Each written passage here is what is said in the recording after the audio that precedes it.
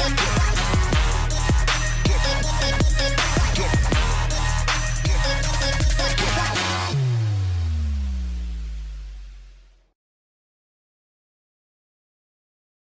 David Stern, your host for the evening, so any of your comments or critiques or complaints or compliments, please send them my way. It's an honor to have you all here tonight at this event about fine art, blockchain, Bitcoin, cryptocurrency, etc. This is a second annual thing that I've done. Last year I was privileged to host a slightly smaller crowd in a room next door during a luncheon with a mentor and friend of mine, former global art collector Michael Mendelsohn, who made a big difference in my life as a mentor, but also him and his wife made significant inroads over the decades in collecting folk art. You may have run into them at fairs and galleries and such. So this is actually now, by default, a second annual salon. I never envisioned that would happen. So I'm really flattered that you would all take your time to come here and share your experiences with me for this. Hey guys, my name is Felix Hartmann, and I'm, as Dave said, I run a digital asset hedge fund, and the way I got into it already when I was maybe like 9 years old, 8 years old, I was developing websites. I was kind of techie from the start, yes, a lot more nerdy. And then when I was 17, I came across trading, really loved trading, have been doing it full time now for 5 to 6 years. And as I was working on a couple different startups, I did my first technical analysis on Bitcoin back in 2014. I was working on a Bitcoin crowdfunding website back in 2015, 2016. And then when I noticed, as a trader, the market was just going crazy. Early 2017, Ethereum was $4, Litecoin was $2. For reference, they peaked as high as 1,400. I said, you know what, forget the startup, let's go all on full-time trading. Did that fairly successfully, so a lot of people came to me, wanted to throw money at me, so that's why I decided, let me start the actual hedge fund. So Hartmann Digital Asset Fund is one of the first 200 cryptocurrency funds in the world. This is a question particularly for our traders here, and it's basically, how do you see fractional ownership trading on an online exchange? How would the token sale go about? Walk us through what that would be ideally. Well, people who maybe are artists, who they hear about this, and eventually, this market doesn't really exist yet. What we've been talking about is all theoretical for the most part. I mean, it can happen quickly, but what would it actually be like? And who wants to tackle that first? So I like keeping things practical, how it really matters to you, right? So I think one of the biggest issues we see in the art market, and a lot of the markets where we talk about wealth preservation, the 3 big pillars, fine art, real estate, gold. The general thing that connects them all is that there's not that big of a level of accessibility, right? So it's really, if you think who owns gold, who owns fine art, it's not, it's a smaller demographic. And I think that's also why fine art market is, I would say, only 64 billion when we talk about crypto market with 800 billion. I think it could be a lot bigger. So why does it matter to you that there is more accessibility? I think the question would be, as an art collector, when do you sell your art? It's generally either when there's an incredible opportunity, let's say the artist dies, or perhaps when you just need the money. So 90% of the time, I would guess that you're selling when you just really need the money, because you're collecting. You're collecting. Literally, the definition means you're not trying to sell it. But at some point, life throws you a curveball, so you sell. And generally, while I'm not an art collector myself, I have plenty of friends. You go to an auction and you sell it, and you take whatever you can get. Now, what if there was a lot more liquidity? What if you instead of selling the whole art piece, you could just sell a fraction of it? You could go into an exchange. And I don't think this is where we get more technical. I don't think it would be like an exchange like an E-Trade or Charles Schwab, because I don't think the volume would be there, but it could be over the counter, where there is enough where, because we're fractionalizing it, you have so many more participants. It's not just the people in the room and like New York City and Miami, the high wealth demographic, but much rather somebody with a couple $1,000s could own a piece of $100,000 million piece. So that gives you the liquidity to exit part of the painting, and maybe when your financial troubles are over, you can get them back. So I think it really helps both demographics, where you will have more liquidity, and those that are currently excluded from a lot of these markets by tokenizing are getting that access, are able to diversify. And I think diversification is just another big concept where, because good, let's be real, good art is expensive. So you're not owning a lot of it, unless of course you have that money. So you can from the get-go diversify and take piece of many different pieces of art. So I'll let you ask another question before going on. Well, no, so one thing I want to know is, from the artist's perspective or from the collector's perspective, what would actually happen?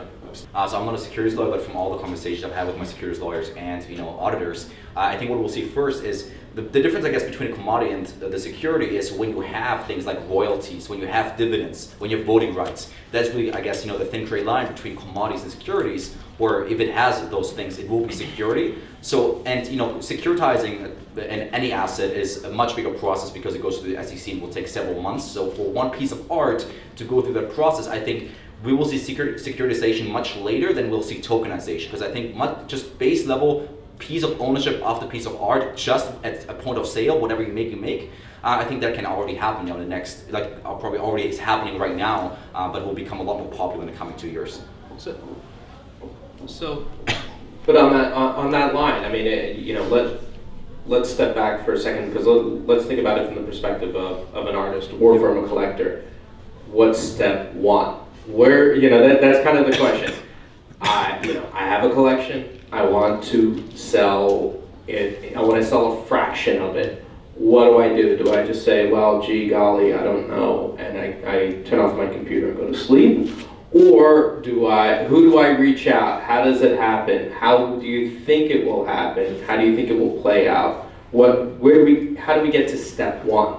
Yeah, something that's already happening is the cryptocurrency space. So there's more user-friendly, securitization platforms. We got Polymath, we got Swarm. So there's a couple of platforms that are already user-facing where the artist could go to and list a piece of art. So it would be a little bit more work than a Kickstarter. It's essentially Kickstarter with a little bit more paperwork. But I think another trend we'll be seeing is that initially a lot more of that will be happening outside the United States, simply because the US is very, very strict when it comes to the SEC, and when I say strict, we're also just talking money. It's a lot more expensive for the artist, to finance all that, but we can see that happen, overseas in different markets. So to sum up, if I wanted to start a company right now, when I leave here, the thing to do would be an art exchange of tokens, so long as the artist and my buyers are not in the U.S., correct? Is that what we're getting at? Okay. Great. So the next question has to do with actually it's part of what Amy's study was about.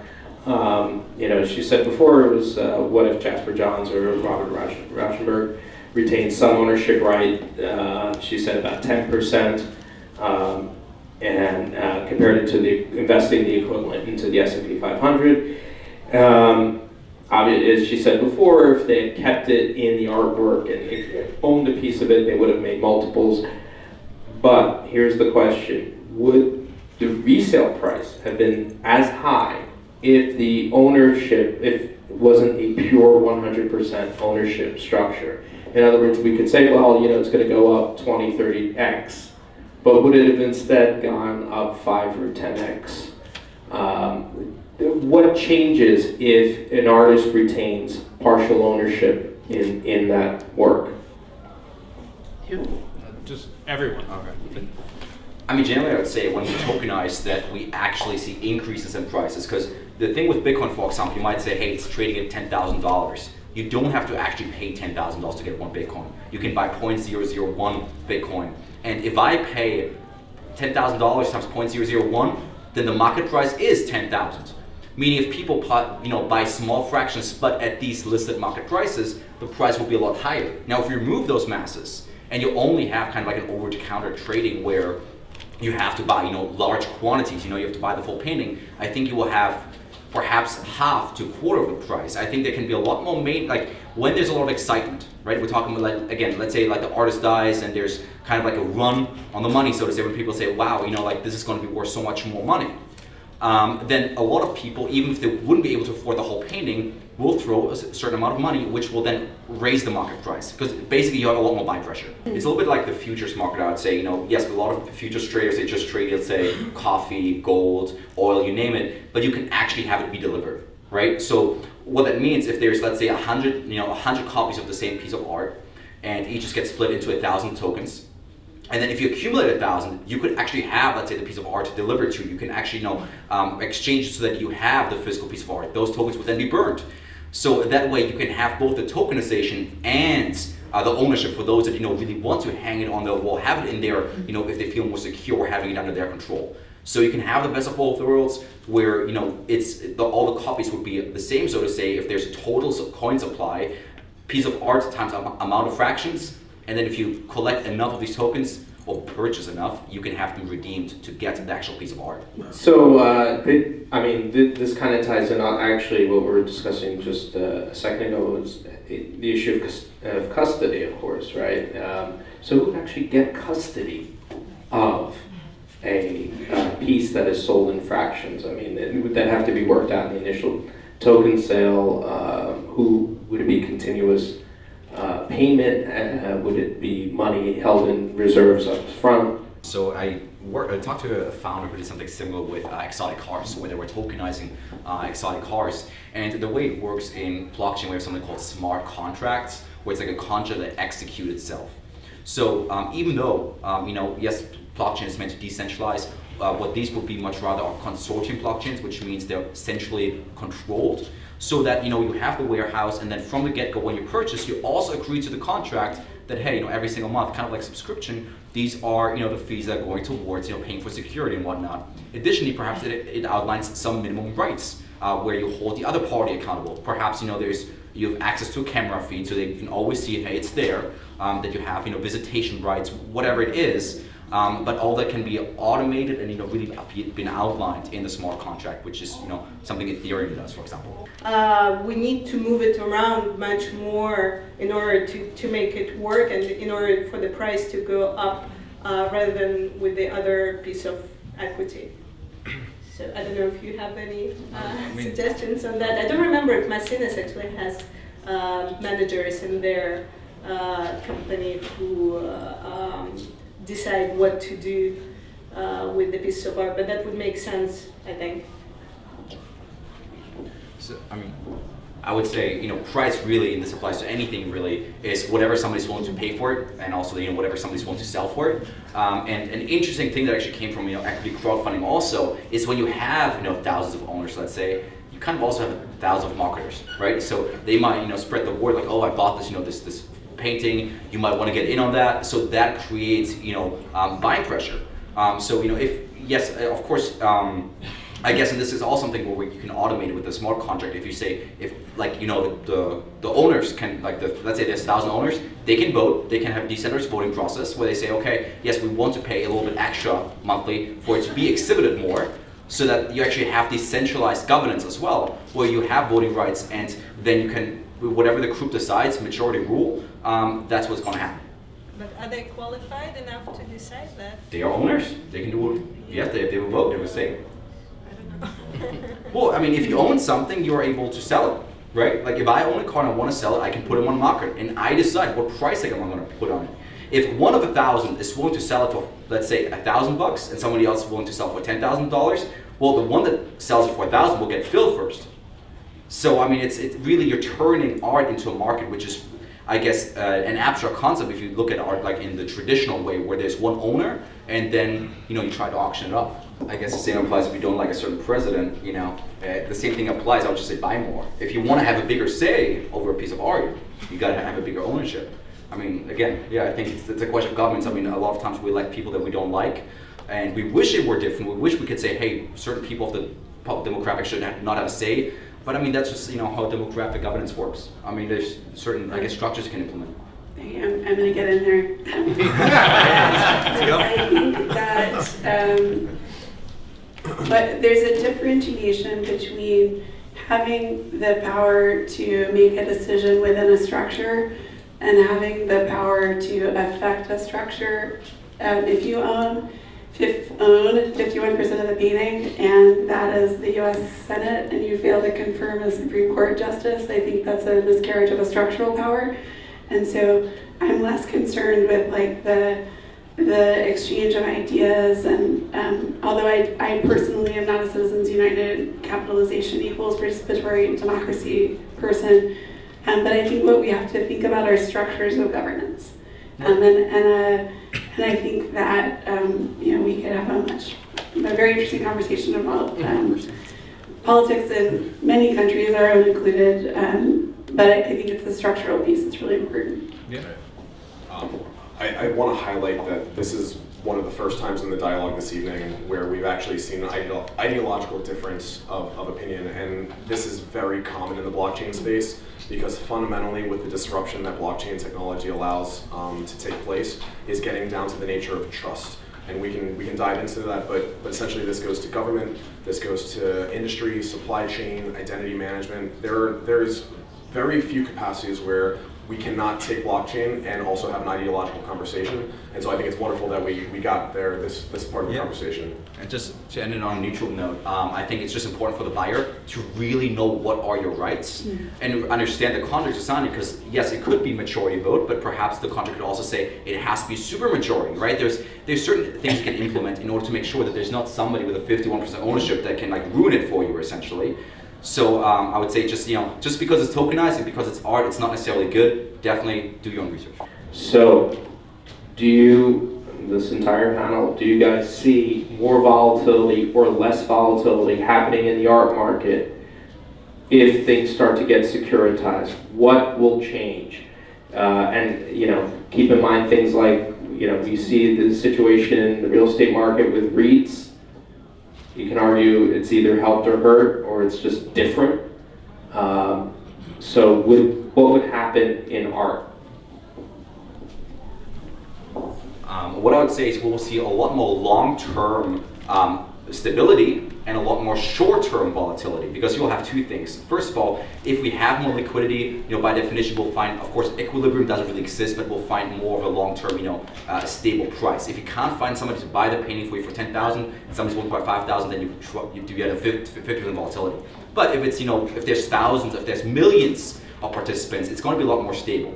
However, on the short side, you will start having art pump and dumps. You will have, people like making up that hey, this artist is about to get featured in this big magazine. He's going to be the main name at some, exhibition, and that stuff will start happening. So you will see short term, some pieces of art of yours, some tokens that you own, so to say, will perhaps go up for 4x something that within a day that you might not have seen before in art, and then the next day go right back to where it was.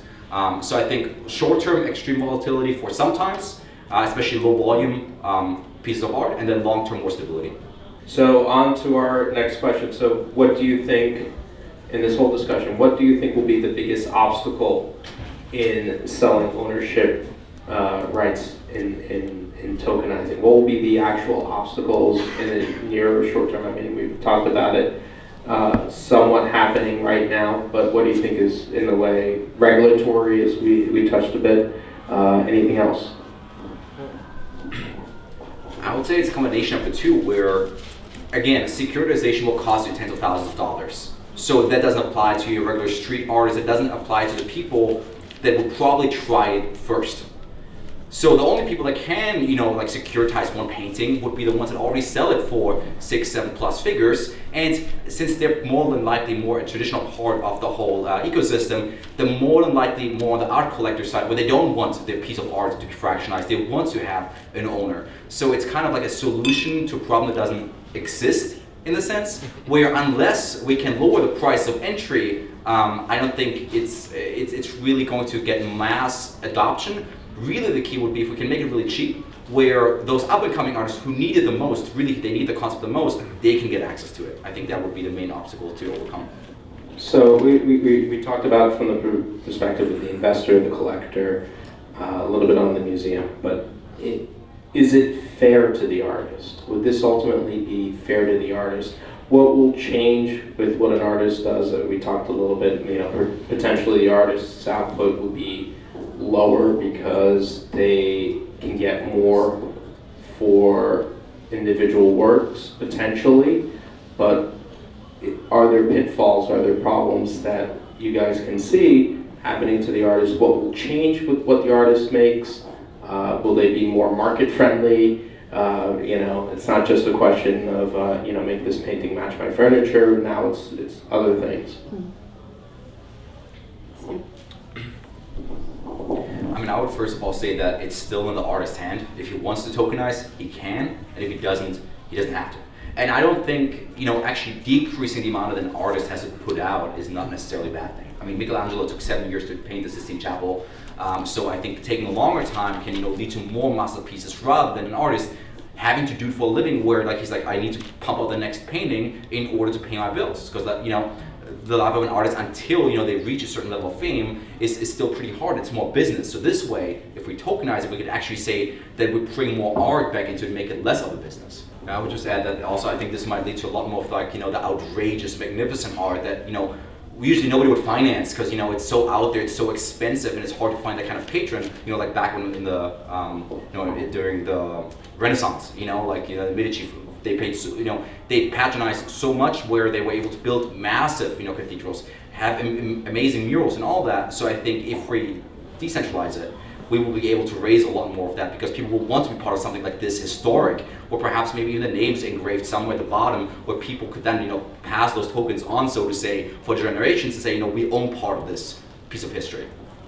Yeah, 100%. I mean, the comfort and the trust is key.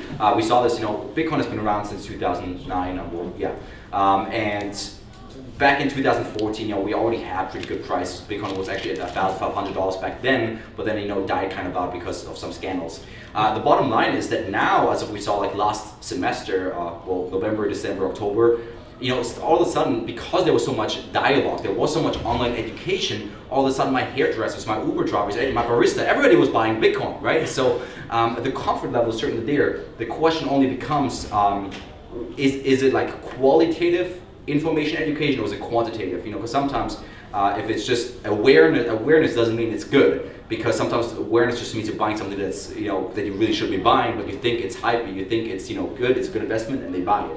I think the quality of education is the next layer that will come for cryptocurrency, and I think for art, it's, you know, a little bit behind, where the quantity must happen first. So once we tokenize or securitize art, we'll have the quantity. We'll have that in the mainstream media, where people are talking about, you know, buying fractions of art, and a lot of people that really should be buying it are probably buying it. And then after they realize, well, it's not as fast growing as, you know, as I expected, then slowly we'll have the more deeper understanding of learning. So it might take a couple years. So 5 years from now, you think this is all happening? And show of hands amongst panelists. 5 years from now, we're going to see tokenization of artwork as a regular thing. So all right. Well, how about this? Hands up if you say yes, absolutely. Hands up if you say maybe. Hands up if you say no. Okay. And so we're not being overly optimistic is what we're all saying here, correct? That is also, I think in the next 20 years, the bigger macro scale we're looking at here, with the age of automation really coming up, where most people won't have the traditional jobs that we look at right now, about 50% of them will be non-existent by 2030. I think we will have a re-emergence of, like, you know, another renaissance, where a lot more people living on universal basic income will really focus on the arts. So I think arts will really come to the forefront in the coming 20 years. So having these kind of structures is like, it's a must, because you will have so many more market participants, be they artists, you know, be the gallery owners, and so on, where you can't just have, you know, physical-based, you know, auctions, but much rather have global markets where people can participate. We didn't touch on money laundering. Do you guys, show of hands, do you think this would help or hurt laundering money? Hands, yes. It's happening either way. It's It's happening. whether Yeah. it's a private or public permission. Do you guys want to talk about it, or not really? Who cares? No, we don't want to talk about money laundering here. Nothing to see, folks. I think it's a huge issue. Yeah. Well, it's funny, because, like, I mean, this is always being thrown in at Bitcoin in general, or cryptocurrencies, because people are saying, oh, it's being used for money laundering, it's being used to, you know, fund crime and all that kind of stuff. Well, before we had Bitcoin, we used art, we used Rolexes, we used exotic cars. Like, there's always something that doesn't have the proper KYC, AML, you know, standards, know your customer, anti-money laundering. So there will always be a tool, and we're really not gonna. In fact, it might actually decrease it. And here's why: because if we keep it, you know, properly on the ledger, when it becomes securitized, and you have to go through, you know, KYC, AML, you know, as an investor, then people actually know who does it belong to, what is the route that, you know, this token traded from. So there's less under the table being traded, and of course, if we would tokenize all art, which would be problematic in itself. But regardless, if it was that case, then really you couldn't money launder with art, because, you know, there's got to be a buyer for it. One last thing, of course. What is the one thing everyone here should leave with tonight. We're gonna start. Oh, come on, it's okay, it's all right. I would just say that every part of life will change with decentralization, whether that's art, energy, government, finance, you name it. So I would really start looking at, how certain aspects of your life will be changing and how you can be on the upside of that rather than on the downside. Tryna write this song 370 times.